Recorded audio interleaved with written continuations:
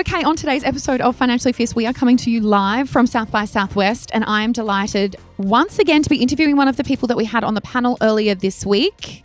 Welcome, Patti Slawuta. You. Yes. I am so excited to have you here. We're going to talk all things, hopefully, well, we don't really know where this could, with you, I feel like this could go. We're jamming. Absolutely This anywhere. is absolutely improv. But this is an introvert nightmare, an improv. Are you an introvert? Yes, very much Great. so. Welcome. I'm so happy that you're excited to be here. I have said we should talk money, shame, women, family dynamics, psychology, all the things, power, ego. So let's see how much of that we can get through in the next little bit. But I'm delighted and excited that you're here, everyone. Thank you for having me. That is okay. We are going to be, I think you're going to leave us with more questions than answers. I have a feeling that that might be what happens in today's ep, which is a good thing. Which is a good thing. So welcome, get ready. We are going to dive deep into the psychology. The underbelly. The underbelly of money. Psychological underbelly of money. Love that. This is a podcast for everyone that wants to learn how to make fierce and bold choices with their money. We'll talk about how to shape your money mindset, investing for your future, your spending habits, the good and the bad, plus how to achieve your financial goals, and most of all, how to be financially fierce. I'm a financial educator and I want to empower you to be more in control of your money and build the financial future that you want. I run the Greenhouse Money Growing Program, and you can find details of that in the podcast show notes. My name is Jess Brady. It's time to get financially fierce.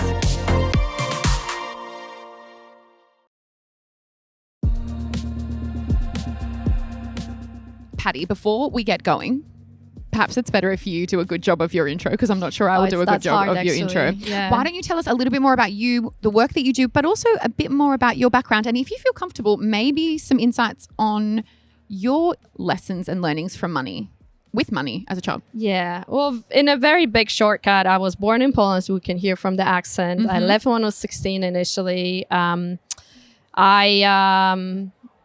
ended up being really interested in the dark side of the human nature because of the history of Poland and that part of the world. And so I studied shame, guilt, and all the kind of complex emotions that we know that kick in later in life. Yes. And then I was in New York City to do my PhD. And because I was a round peg in a square hole, I kind of left academia a couple of times. I was leaving it and then coming back to it. And the different stints that I've done in between were really interesting ones because I was very good with math and stats. Because when you do big statistical models in psychology, you have to use stats. And so I left in 2007. I was like, I just need a break from the whole academia thing. And I ended up going and working on Wall Street. And it was 2007, 2008. Did you? Okay. What did you do on Wall Street?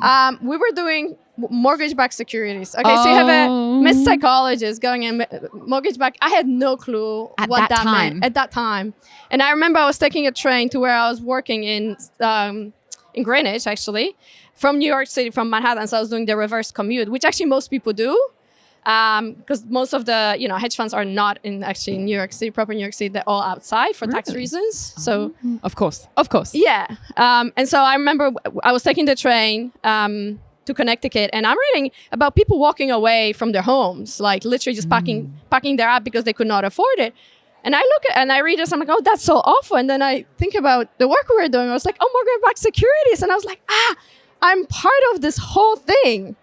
And it was fascinating. Wow. And then I went back to academia, and this is when Occupy Wall Street happened. And because Occupy Wall Street didn't know, that was really interesting, didn't know that most of the hedge funds were not in Manhattan. They were occupying random buildings. They were actually occupying the wrong buildings most of the time. They needed to occupy Connecticut. They should have occupied Connecticut. They was occupying 6th Avenue, most of them, and Union Square, where I was. And I was reading at uni then. And I remember I was so fascinated about that movement. And I ended up being the psychologist who would go and interview the Occupy Wall Street kids, pretty much, who are doing Occupy Wall Street. And then I would go up to the hedge fund managers and say, I would ask those kids, what do you think about hedge fund managers? They're like, yep. And I would go upstairs and talk to the hedge fund managers. So said, what do you think about that group who's just occupying Wall Street? And they were like, yep. It turns out I was looking at metaphors. It turns out they were using the same metaphors to talk about each other, which was really interesting. So it was kind of looking at so that's kind of the psychology of what do you think about money? What do you think about people who don't have money but protest against money? So that was a bit of the research. And then I ended up going to Silicon Valley in 2016, which was really the time where it was raining money. Yeah. You would have an idea, you would go there, you would drop out of something. And that was very interesting. So that's when I got interested in technology, but also that's really when I got interested in the money stories and the gender piece on money, because we would see women and men, even though they both had great ideas, they would pitch differently and make different claims. And so women would raise way different amounts of money than men would. Way less amounts of money than men would. Mm-hmm. Yeah, the aspirations were also much more realistic versus very often from the men you would hear, this is a $10 billion like industry, and we're gonna own it. We're gonna absolutely dominate it.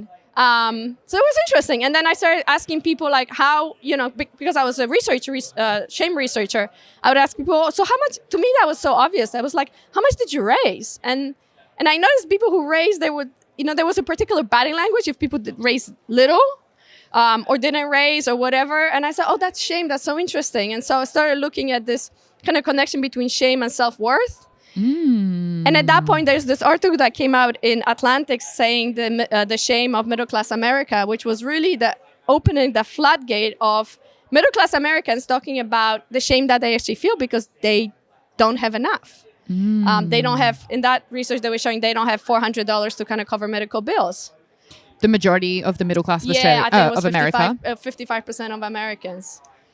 And do you think that that's because America, I mean, obviously I haven't lived there and I don't know a huge amount about it, but I think many people, including Australians, have been sold this idea that, I mean, I don't know if we've been told it's the land of the free, but that you can pull yourself up and that you can make yourself, like it's a hyper individualistic, but you can make it on your own. Right. And then the reality of life has shown them, I must be failing here because that's exactly right. I've been taught this and that's not my experience. That is exactly right. And I think that is the myth and the legend. And the beautiful thing about America is that you can pull yourself back by the bootstraps, shoe shine to millionaire.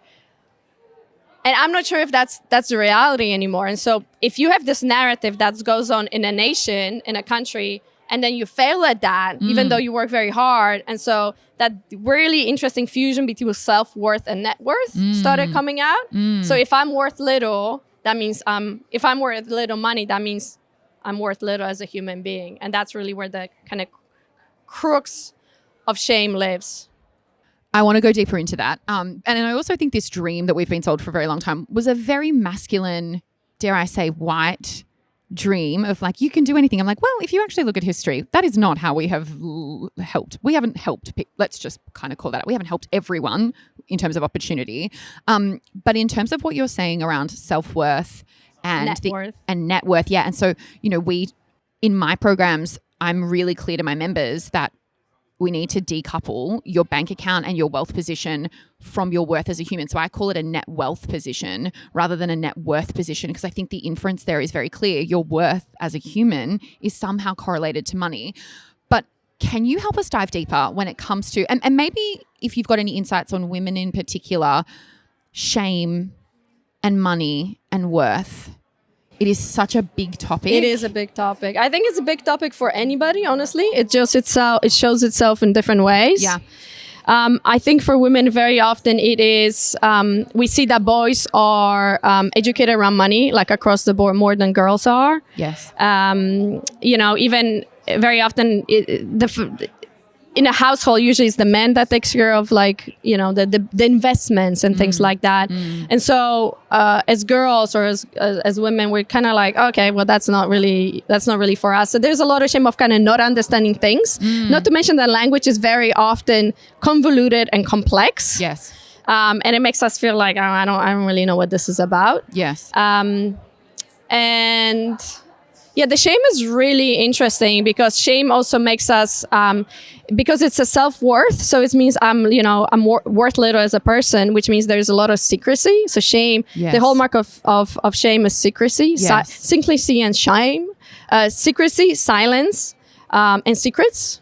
Yes. And I think it's different to guilt. Yes. Right. So those are two very different emotions. Yes. When you look at it from kind of psychological point of view, one is I'm a bad person, or I'm worth little, versus I did a bad thing. I'm a bad person versus I did a bad thing. Yes. So there's the coupling that happens with guilt. I think that's hugely important to recognize. Hugely important. So I've seen people who wouldn't open their bills, right?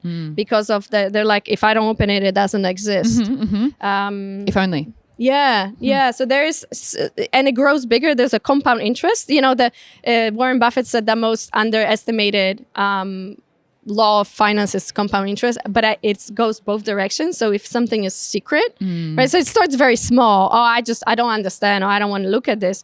And it compounds, the darkness kind of compounds, the secrecy and the shame compounds, and it becomes this like, oh my goodness, this huge thing. People are not willing to go there. I think of this always as, because, you know, I look at shame from many levels, but, you know, when you're a kid, right? Even if you grew up in a very tiny place, it's all magical, right? A corner is like the universe, and the closet becomes like a universe, and you imagine things and it seems huge. But then if there's shame, things get closed off. And so you end up living in this gigantic mansion, but only living in one room. It's like a prison. It is. And it's very tight, and there's not much room to move. And I almost, when you were talking about that, was imagining shame as, I don't know why, but visually for me, it was almost like this dark, I'm almost thinking like Dementor from like Harry Potter, which just like kept growing as you were talking about, like it's growing and the walls are closing in and this thing is growing and swelling around you, and you're kind of you're shrinking and getting smaller and smaller and smaller.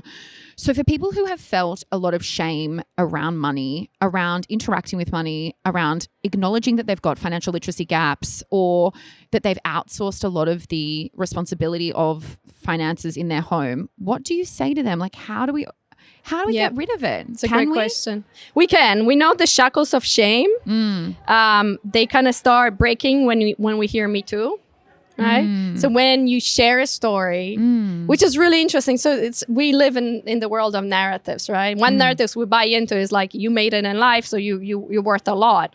But when you hear from somebody first of all, when you share a story, unpacking a story is very powerful. And then when you hear from somebody, Me Too. Yeah. So shame is very insular. So people feel like I'm the only one. I'm the only really weird one. No one else. Everybody is succeeding. Look at them. They're all doing well. I'm like the weirdo, right? I'm the weirdo who doesn't understand like compound interest or whatever it is.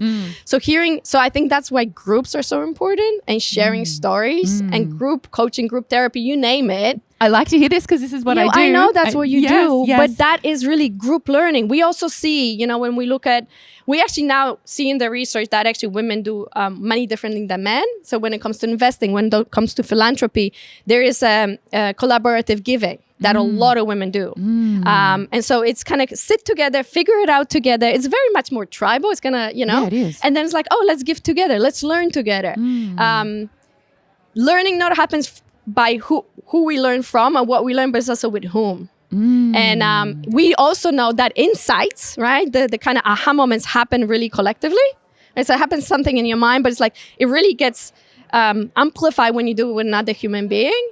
And we also know that motivation is like triple when you actually do it with somebody else, right? So you feel somebody knows you're supposed to do it, so you're kind of like, you know, go to the gym or something. You're like, oh, I'll go. Yes. And so there's compound interest, talking about compound interest, multiplication when we do something together. Yes. And that's super cool. This is music to my ears. Yeah. And I think this is why shame has been allowed to fester for so long, because money is still so private. People are doing it solo. People are not sharing stories. People certainly aren't getting together and doing the work together or learning together or sharing their experiences together. And so we've ended up in this horrific situation where I think almost all of there's a very, very small percentage, but the overwhelming majority of people that I have helped have used the word shame, guilt, or regret when it comes to money. What's the regret?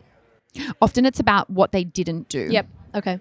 And so it's like, I wish I'd started sooner. I wish I didn't put it off. You know, there's lots of regrets, but the most common one is, I wish I wasn't waiting. I wish I didn't just wait. Yes. 100%. 100%.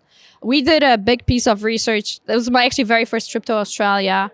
We did a big piece of research in America with one of the major banks, and then got brought here to Australia to do something similar around kind of the psychological underpinnings of money. Because, you know, I always say nobody really wants the money to be like Scrooge McDuck, wake up in the morning and go swimming in your coins. I mean, I'd like to go swimming in that room. Swimming in coins, imagine that. Because it serves like there's deep psychological underpinnings.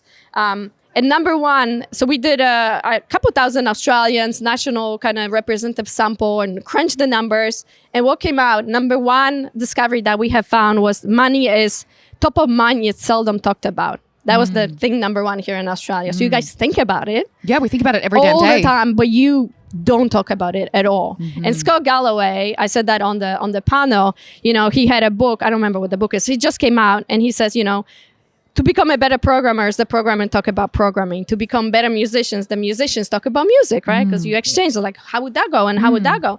To get better in money, we need to talk about money. We do. We need to talk about money. Yeah. And what's really fascinating, and that's what I found across the board, is everybody has a money story. And if you understand, even if you're willing to share your money story, it is an eye-opening, because you would see what happened. What were the events in your life? First loss, first gain, first salary, right? First embarrassment around money, first feeling of shame. Like, where's that coming from? Like, what did mom used to say? What did dad used to say? Yeah. What did grandma? Who was hiding the money and who was spending the money? Exactly. And when you think about some of these emotions, like highly charged emotions, they're not always necessarily things that you did, but what you might have seen happen. I call these hot iron moments, because when I was little, I touched the iron despite my mum saying, don't touch it, it's hot. I was like, let me just see. And obviously you touch a hot iron, you retract really quickly and your brain goes, oh, that was dangerous. I don't want to do that again. And I stay away from the iron. And I think little people are taken for far less intelligent than they are. They watch and they see. They watch. They learn by osmosis. Absolutely. It's not what we say, actually. It's what we do. Yes. That's how children learn. And I think that there is that hot iron moment where people see conflict and trauma and all these things, and they think, they retract and go, oh, that was scary to me.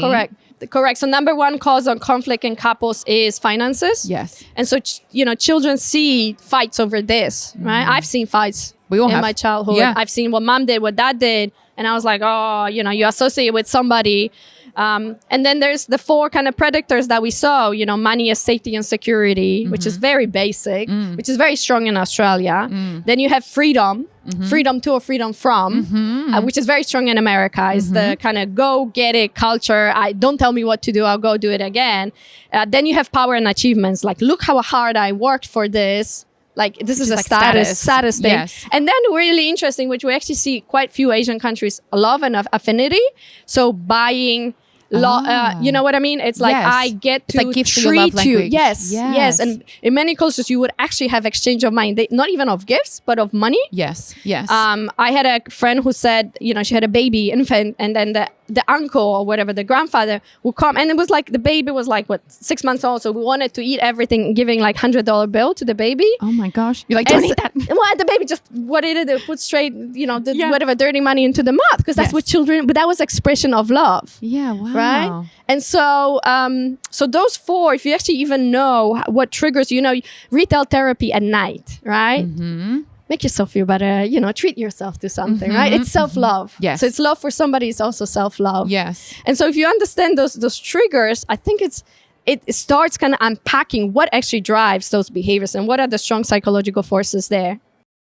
And also observations around habits, right? When am I doing this, and where is there an opportunity for me to create a circuit breaker? Because I think we can talk about all of these as like really big concepts and insights, which are, I think, absolutely fascinating. Yeah. But I also think for someone listening, it's like, ooh, what does that mean for me? How do I feel about that? What am I doing here? Where is there an opportunity for me to tweak this?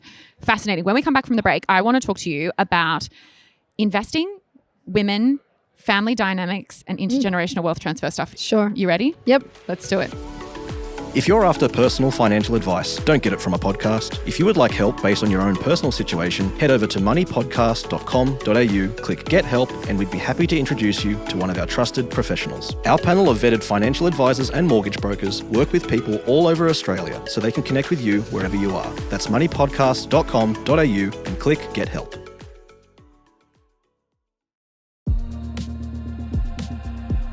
So, you do a lot of work now on helping families transfer money from one generation to the next. And obviously we've just been talking about this concept of shame, and I think you've given people a lot to consider in terms of opening up and being part of something that enables communication more broadly and accountability, etc. But I also know that we are staring down the barrel of huge levels of wealth being passed down from one generation to the next. And like, Christmas is stressful enough in my house from a family dynamic perspective, because there's presents everywhere. My family are running late. Something's burning in the oven. Like, it's hard. I think for a lot of people, they're like, oh gosh, not having to see, not Christmas again. But it's a whole different ball game when you are then dealing with family dynamics because someone has passed away, and which is often what happens when we're talking about intergenerational wealth transfer. And like families are complex at the best of times. We know that women are going to inherit a huge portion of what's estimated that they will inherit a huge portion of the wealth. So we have to fix that shame and silence piece as soon as possible. But tell me, from the research or the work that you do, how can we navigate? It feels to me like there's almost like this very slow moving, I don't want to say tidal wave, but something like that coming towards us. And I'm like, what do we do? Yep. Okay. So Help. Oh, yeah, I'm coming. I'm right here. So we are already seeing the biggest wealth transfer in the history. I think it's $3.3 trillion. Yes. In Australia, for the first time, research shows 65% of the money is going to women. Now, this is 65%. This is unprecedented because never before women first of all, women were not inheriting money, right? It was the firstborn son or any son. And now suddenly, even like in Middle Eastern families, because I spoke with somebody in Saudi, they were like, the girls are raising their hands and they're like, yo, I'm right here. Don't forget about me. Yeah. Thank you. And I'm willing to actually be in control. Now, there was an article that came out a couple years ago, and I love the title. And it says, money is power and women need more of both. And so because money is power, right? And how do we feel with power? How do you feel with personal power? Any type of power, right? Is it power over? Is it power to? Is it power with? I think those are the questions that a lot of us are asking. They're big questions. There's big questions. And also what you see is you have a lot of advisors. So it's when it's like overwhelming power, people are like deer in the headlights and they're like, oh, here, take the money, right? And so if you're inheritress, if a way, very often it's like, okay, well, we have this investment team, let them take care of it. I think that's changing. And my job is to help this next generation to fully integrate it. Now, you use the metaphor of a tidal wave. We think of this like a comet, it's like meteorite coming in. Oh gosh. Now, I don't know which one to be more scared by. They both sound scary. Either way, people go into one of three modes: fight, flight, freeze, or integrate, right? Fight would mean I don't want it. I never made it. It's not mine. Yeah. It's not mine, actually. I'll give it away completely. Right? People do that? People do that. They can send it our way if they're looking for a home for it. Then there's do nothing. I see this a lot. Then there is kind of denial. Then there is consumption, right? So absolute consumption is just like legends in life. Or then there's an integration. I think of the integration of saying, okay, thank you very much. I received this and I do something with it that's infused with my DNA, with my purpose, right? So I think one of the big things that we see is finding in the midst of all this wealth, who are you? Who are you called to be? If you don't have to work, what do you want to do with your life? And we also see, those women who are actually rising in the ranks of through divorce. So there's a lot of generational transfer, but there's also horizontal transfer, right? So women divorcing men. And suddenly, so you have Mackenzie Smith, Belinda Gates, right? Who are suddenly becoming very, very wealthy. And suddenly what we see, they're actually changing game of philanthropy, which is really interesting. Philanthropy has been done for so many years, for so many million, a particular way. And suddenly, for example, Belinda Gates had been giving a lot, actually Mackenzie Smith, to black colleges. And suddenly all those black colleges in America, or technically black, like African-American, are getting all those $1 million checks, especially during COVID. And they were not even saying, they didn't know where the work's coming from. And wow. Yeah, so anonymous giving. Very often, I see that actually very often. So invest in communities and capability building and community building, culture building. So things that benefit kind of communities. Very often I would see it actually with some of my clients, anonymous giving as well, as a collective, which is kind of cool. So yeah, it's so like, cool. Because somebody said it's actually in the Jewish tradition, they say, do your good deeds in silence. Okay. And so there's no need to kind of walk around. No virtue signaling. No virtue signaling. And yet there is, for example, there's a movement here in Australia called She Gives, which actually says women are actually giving so much, but we don't talk about it. It's the same kind of like in Silicon Valley, right? We used to have this don't brag kind of thing among women. And yet I feel like in Silicon Valley, they do brag. Oh, for women. For women. So it was the same. So we used to have those branches and it was like, fucking brag. Yeah. Like say what you did. Tell us what you achieved and let us cheer on you. So because of the shame, you kind of don't want to share. Because like, what if people get jealous? We're going to be silent. What if they're kind of catty at you? As like, who does she think she is? You know what I mean? But it was like we were creating those circles. And it's funny because now you see all those women go be in amazing places. But we're like, yeah, tell us what you did and we're going to cheer on you. And also be inspired by you and be excited and think, is this possible for me in some way, shape or form? That's exactly right. But I also think, we're talking about intergenerational wealth transfer and, that might be the way that people are getting this money to be able to give. But we also know that when women have money in any way, shape or form, being it from their income and, personal wealth creation, entire communities benefit. Correct. In health, in education, in almost in survival rates of children. Like there is this is kind of exciting if you think about that. Yes, I'm worried because there are a lot of women who still say that they feel enormous levels of shame with money. But as you're talking, I'm like, oh my God, there are so many more women who are about to have more money than ever before. And we know that when they do have money, if they use it correctly, the ripple effect of that it's massive. Is that really exciting? It is very exciting. I have goosebumps. You can't tell in my shirt. Well, you also know the Garmin Bank. Yes. I think they're in Bangladesh. They do very tiny loans to women. Micro-lending, yeah. Micro-lending. Yes. He actually got Nobel Prize in economics for that. Micro-lending just to women.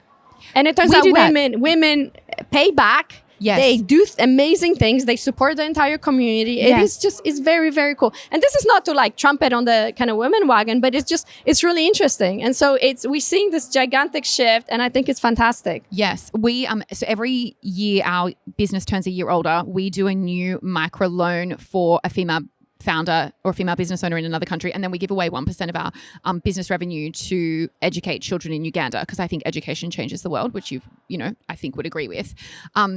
And so as you were talking, I was like, I need to do a better job of saying what I do because I actually don't. I was like, I am having a little moment here. I need to explain this. So tell me, navigate. So we've talked about some of the reactions or ways that people can behave once they get an inheritance. But do you have any, like for someone who's navigating a complex family at the moment or family dynamics or is just even thinking like, oh gosh, one day this is going to happen? You know what? I actually think it starts at the very beginning. Before? Yeah, as in like back to basics. Yes. It is about communication. I see a lot of families. So my pet, what is it called in English? Kind of pet peeve kind of thing. Yes. I call it dangerous discussions. So things that we find dangerous. I call it walking the edge of danger, which is all the things that right now feel just a little bit dangerous. So they excite me. That just excited me. I was like, we need to have a dinner called that and just do exciting, dangerous discussions, but not assholey ones. Just no. Interesting ones, like what you're talking about. Interesting ones. That's exactly right. Even asking your parents, what's your first? Because you want to understand a lot of things aren't said in families, right? I always say that I'm doing the right job or my job is done when a family is having a different conversation over dinner table. Because very often it's very predictable. She's going to say this, he's going to say that. Now they're going to talk about kids. Can you have a different conversation? And there are so many amazing conversations to be had where kids learn about money. They learn about the money story of their parents. What drove those parents, right? What were the ups and downs? We all had like money fuck-ups, right? Yes. And it's so important. Well, no, but that's actually how we learn. Those are the learning moments, right? Yes. But we feel so much shame about them. Those money moments, we don't talk about them, so then people don't learn. Yeah, I can talk till the cows go home, how many startups like failed and I started. But that's a fantastic thing to talk about because everybody thinks, oh, you're going to startup, you're going into business, you should succeed. No, most don't. Yeah. But the lessons learned from that are huge. Oh my goodness, yeah. They're more powerful than being successful. And then when you share it, that's the thing, when you share it, the stigma, the shame kind of fades away and you start laughing at it and you start saying, oh, okay, well, it's part of my journey. And I've survived. I'm still here to tell the tale. Yeah. So the practical thing is actually before any and all of this happens, ideally start having courageous conversations. These dangerous over dinners.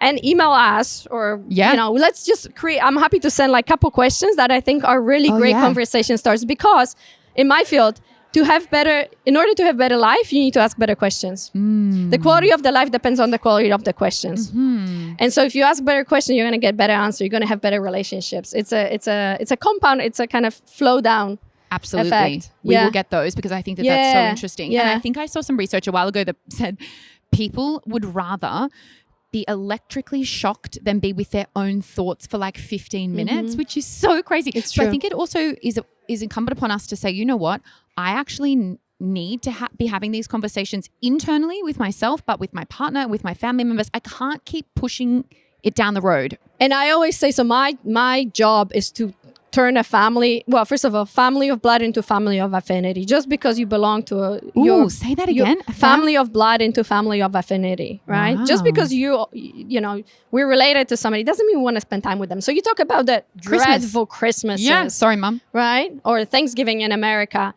Can that be a choice that you actually choose to spend time with those people? And that is a practice. You know what I mean? Like, we're given the bloodlines, whatever, but it's like, do you want to spend time with them? If so, then the next step is learning family. I actually think a family that learns together stays together. And, the learning doesn't really end at 25, whenever we leave uni. A family has to learn together. So very often I hear, let's prepare the next generation for the inheritance or, for whatever. It's also the parents and the grandparents who need to learn to let go, right? To pass on the lessons. And so the whole family becomes a learning unit. Yes. Which is beautiful. Because then they have something together besides the fact that they're, they have to come together. Yes. They choose to come together. Turning have to I choose to is a game changer psychologically. Is it with money as well? Like, have you seen these end up with better outcomes? I have, and it's what beautiful. Have you seen? I've seen the next generation start talking about the stresses and the shame of, being born with a particular last name and what it means. And they all thought they're the weird ones. And then we had a conversation as a group and it was fascinating. Also, what are the values around? Like, what is this money even for, right? Besides, because very often it covers the basic needs. And now what? Like, if there's leftover money? Yes. Yeah. Why are we even come together? What do we want to? So it's about So when you actually look at the human evolution, we are Homo sapiens because we tell stories. Okay, the prefrontal cortex is a storytelling kind of machine mechanism that tells stories. Now, what we know also, and this is research, kind of anthropological historical research, is those are stories of hope that combine past, present, and future. Right? If you're stuck in the past, okay, that's lovely, but you're stuck in the past. And so it's a story. This is where we came from. This is where we are. And this is where we're going as a family. And that Northern Star for a family is something beautiful. What are we working together towards? And that's what kind of pulls you through. Less conflict, more alignment, and better conflict, outcomes. I honestly think of conflict as a catalyst. I think conflict is a catalyst it just shows you the system needs to upgrade. The system needs an upgrade? Yeah. That is such a good way to think of it. The family system needs an upgrade. Yeah. I love that. If only you could just press a button like when your computer is like, I need an upgrade. Well, and sometimes it's happens. a conversation. Sometimes it's just literally having a conversation about something that is on top of everybody's mind, but everybody's, because of the shame, skirting around. Nobody's willing to talk about. And it takes one champion. It actually is a bravery, right? Yes. It's an act of bravery. I think Brené Brown's, I've never seen act of bravery without vulnerability. Yes. It is. We call it vulnerability loop. So one person leans in and usually others lean in as well. And it is beautiful. And I would say those are the moments when a family operating system, which is culture, right? People talk about family culture. That's a family operating system, upgrades. And that's a beautiful thing to see. I think most of us need that vulnerability loop. And most of us as a family system need an upgrade. Well, you would see it's easier to share with a stranger or a chat GP or, chat AI. Actually, people share the things people share with chats and saying so, and it's easier to share that with one's own family. Which is scary because then you think, who is it behind the helm of chat and what ethical considerations? Which is a different conversation that are having here at South by South. Yes, but there's a lot of chatter, I think, around that. To round up, because I know you have another session that you need to go to, and I just want to say thank you for doing this in the middle of sessions because it's like been a whole big week. We're exhausted, right? Yes, we are. We're exhausted, but we're also excited. We need to integrate all of this now into our life. Challenge to go home with all these ideas. But for people who are listening, who are like, whoa, you've covered some big things and given me some big ideas. Do you have any is there like one big takeaway of like, what do you do with all of this stuff that you've just taught us? Well, I think it goes back to what you said. You start now. It's never too late. I think lean in, like whatever you can do, the smallest thing, have a conversation, look at your account. Because it's a compound interest, right? Those tiny micro habits create bigger habits that create a new identity. And I actually think money is so juicy because it's not about dollars and cents. So as you navigate your money kind of story, your money, lean into the darker elements where there's shame, when there's secrecy, and when there's silence. and you have no clue what you're going to unpack, it might not be the most pleasant thing, but it will be juicy. And I promise it has the ability to you have the ability to alchemize into something amazing. Alchemize into something amazing. Yeah. I love that. I love that so much. I could interview you every day, all day. You would just be like, please just stop. But your insights are amazing. I don't know if you want to, we'll get those questions. Actually, Yes. let's do that. Let's get some questions so that we can give people some prompters to start having those dangerous dinners in like a psychologically safe way. Yes. Think of this as curious conversations or crucial conversations. There's no need for danger there. I call it dangerous because I like the dark side. I come from the dark side, but that's just my professional skewness. Sure. And if people want to learn more about you, we can add some links or show notes and all the things so that people can do that. Patty, you are exceptional, and I'm delighted to have you on Financially Fierce. Thank you so much for being here today. Thank you for having me. Okay, everyone, big, exciting conversation. And I honestly feel like for those of you who have listened for a long time, we'll be nodding along because lots of what Patty has said I've talked about before. So it's really nice to know someone who is genuinely qualified in this area, has a lot of the same thoughts as me. I would love to hear what you think on this episode. Jess Brady _financial advice on the gram. You know what to do. Go now and be financially fierce. Bye. Bye.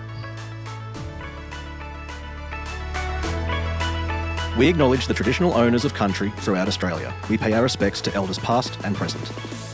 Any advice is general financial advice only, which does not take into account your objectives, financial situation, or needs. Because of that, you should consider if the advice is appropriate to you and your needs before acting on the information. If you do choose to buy a financial product, read the Product Disclosure Statement, PDS, and Target Market Determination, TMD, and obtain appropriate financial advice tailored to your needs. Jessica Brady is an Authorised Representative of Paragem Pty Ltd, Authorised Representative Number 1259972, AFSL 297276, ABN 16108571875, Corporate Authorised Representative Number 1305567.